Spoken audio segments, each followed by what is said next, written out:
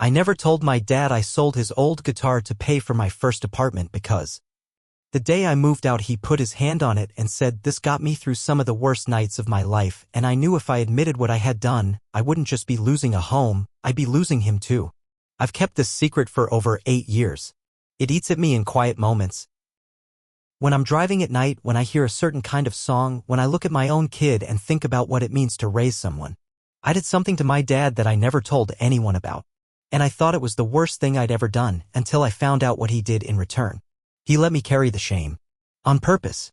And when I finally uncovered the truth, I didn't just feel guilty, I felt betrayed. Like he twisted the knife I had put in his back and smiled while he did it.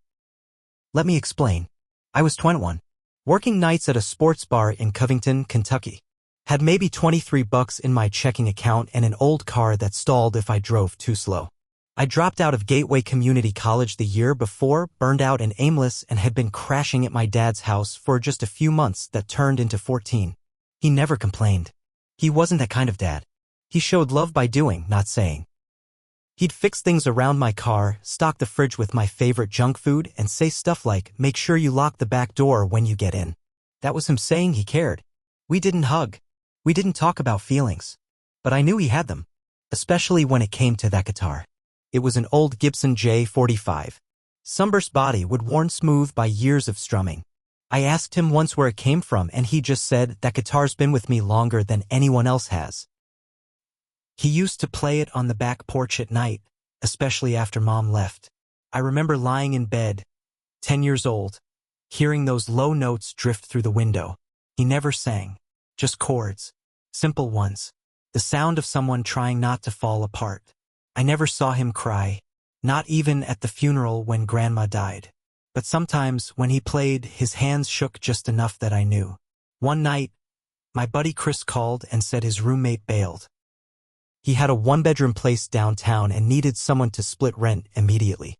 The apartment wasn't great, but it was cheap, and it meant getting out on my own. I wanted to go so bad, it made my chest tight. I was tired of feeling like a guest in my own life. The deposit was $1,000. I had nothing. I tried everything. Asked for extra shifts. Tried to get a payday loan, denied.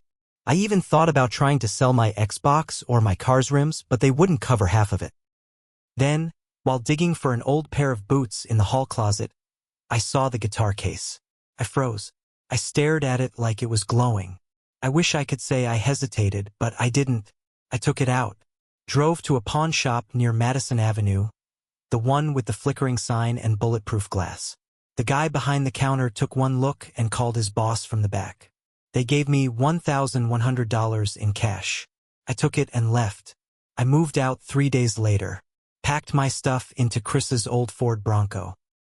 Dad stood on the porch sipping his gas station coffee like always.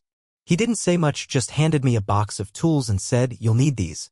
Don't lend them out. You'll never get them back." That was his way of saying he'd miss me. But before I left, he went back inside. When he came out, he was holding the empty guitar case. His eyes weren't angry, just tired. He didn't look at me when he spoke. "This guitar got me through the nights I wanted to die," he said quietly. He put his hand inside the case, ran his fingers over the velvet. I used to sit right there on the porch with a bottle in one hand and this in the other. And sometimes I'd play just to keep from doing something stupid. Couldn't breathe. My keys were already in the ignition. I wanted to say something, but what was I supposed to say? He looked up finally. "It's weird. What keeps a man alive?" Then he closed the case, handed it to me. "I guess it's your turn now." I wanted to throw up. I left without saying a word. I called the pawn shop the next morning. Guitar was already gone. I searched eBay, Craigslist, drove to every music store in northern Kentucky. Nothing. I couldn't tell him. Not after what he said. So I made a promise to myself I'd find another one. Save up. Get the same model, same year, same look. Make it right. 2 years later, I did. Paid $2,400 to a guy in Indiana who had kept it in a glass case. I drove 6 hours to pick it up. I cleaned it, tuned it, wrapped it in new velvet and gave it to him for his birthday. He looked at it for a long time. Then he smiled. "Looks just like it," he said. I smiled too, but something in his eyes told me he knew. I didn't know how, but I knew he knew. Things were okay between us after that. Not great, not bad. Just okay. I kept visiting him. We'd watch football on Sundays. He'd ask how work was going and I'd say, fine, and he'd nod. I never asked about the guitar and he never brought it up again. For years, we lived in that silence. Me carrying the guilt and him pretending not to notice. Or maybe he really didn't care anymore. I tried to tell myself that. I almost believed it. Until the day he collapsed in the driveway. He'd been mowing the yard when it happened. Neighbor found him lying next to the mower, face down in the grass. Paramedics said it was a stroke. Minor, but serious enough that he couldn't live alone anymore. So I moved back in. It wasn't even a question. The first week, I slept on the same old couch I'd crashed on years before. Cleaned out the fridge. Cooked his meals. Set reminders for his meds. It felt weird being there again, like time had looped. One night, I walked past his room and saw him asleep, the replacement Gibson by his bed. His hand was resting on it. I stood in the doorway for a long time, just watching. I started to feel like maybe we were okay. Like maybe I had redeemed myself. I was wrong. It was 3 months before he died. I was cleaning out the garage, trying to get ahead of things. That's when I found it, an old fireproof safe, the kind with a manual dial and rust on the corners. It was shoved behind a stack of paint cans and a broken leaf blower. I brought it inside. Asked him for the code. He didn't ask why, just gave it to me. Left 22, right 36, left 14. Inside, it was mostly paperwork, insurance, VA forms, an envelope with some bonds. But behind it all, there was a plain manila folder labeled J45, July 2014, my heart sank. Inside the folder was a pawn slip from the exact day I sold the guitar. Same serial number. My name wasn't on it, but his was. He had bought it back. There was a note stapled to the receipt. Saw it online. Drove there before work. Bought it back. Told the guy not to tell him if he came looking. Let him think it's gone. Let him carry it. I read it 3 times. The words felt like ice in my stomach. He knew. He had known the whole time. He bought it back and left it hidden. He let me live with the guilt. You might think this was noble, like some life lesson in hard truths. But to me, it felt cruel. I was a dumb, broke kid. I messed up. But instead of helping me fix it, he turned it into a punishment. A silent one. One that followed me every time I looked him in the eye. He watched me try to replace the guitar. He watched me think I made it right. And he never said a word. I didn't cry. I just sat there, folder in my lap, shaking with something between rage and heartbreak. He could have told me, could have said, I know what you did, and I forgive you. But he didn't. And that's when the shift happened. I didn't just feel guilty anymore. I felt used. A few days after the safe, I went to the attic to check the insulation. And that's when I saw it. The original Gibson. The real one. Hidden under a sheet behind a stack of boxes. Untouched. It had been there the whole time. So what the hell had I bought him? What was the guitar he kept by his bed? Turns out it was the same model but not the original. He let me buy him a fake redemption. And the real one, it wasn't even in the house when he died. That's because he gave it away. I found out who he gave the real guitar to a week after the funeral. His will was simple. He left me the house, the truck, and a stack of letters tied with string. No big surprise there. But what caught me off guard was a small mention at the bottom of the document, Gibson J45 given to MR as arranged. MR? I had no idea who that was. It bugged me for days. I thought maybe it was a mistake. Maybe the lawyer typed it wrong. I asked around. None of my dad's old friends had those initials. Not the neighbors, not his old coworkers, no one. And then one night, while going through some of his old voicemail tapes, yes, he still had a damn tape machine, I heard a message. Soft-spoken voice, young, maybe mid-20s. Hey, Mr. Beale, it's Matt. I got the guitar. I don't know what to say. I've never had something like this before. I'll take care of it. I swear I will. Thank you. My blood went cold. Matt. R. Then it clicked. Matt Reynolds. I remembered him now. Kid from down the block. Used to mow our lawn one summer when Dad threw his back out. Quiet, polite, maybe 16 at the time. Always had headphones on. I hadn't thought about him in years. But apparently my dad had. I did some digging. Found his Facebook. He was now a music teacher at a public school in Lexington. posted videos of his students performing, links to their little concerts, fundraiser pages. The whole thing. I scrolled until I saw it. A photo of the Gibson. My dad's Gibson. Caption, still can't believe I get to play this every day. Thank you to the man who believed in me when I had nothing. That's when I completely lost it.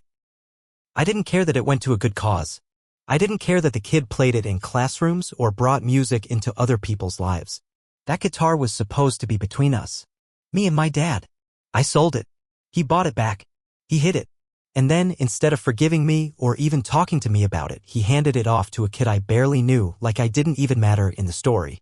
He watched me struggle to make it right. Watched me spend years saving up, thinking I'd repaired the damage. And he let me live in that lie, while he handed the real thing to someone else, quietly, like it was some grand selfless gesture.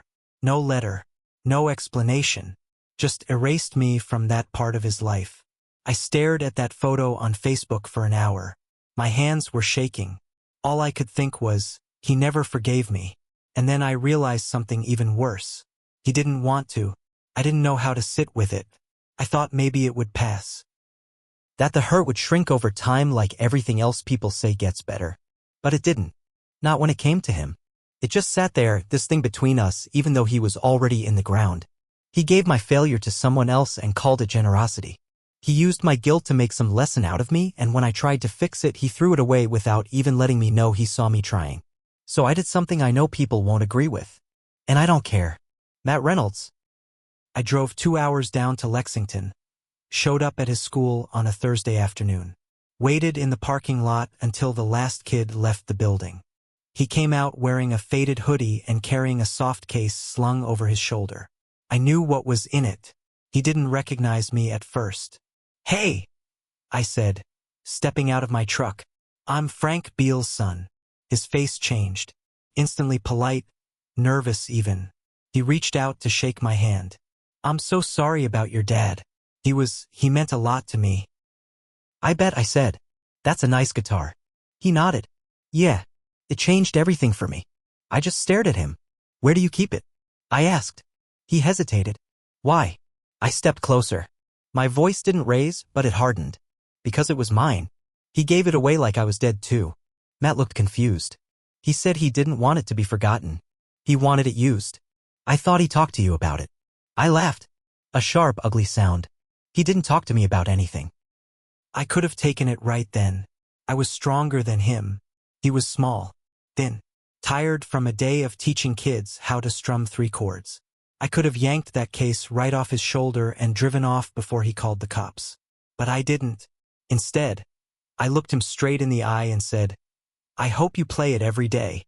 And I hope every time you do, you remember it came from a father who couldn't say what he meant out loud, so he handed pieces of himself to strangers instead." Then I walked away, got in my truck, drove home, and I burned the replacement guitar. Yeah, the one I bought for him.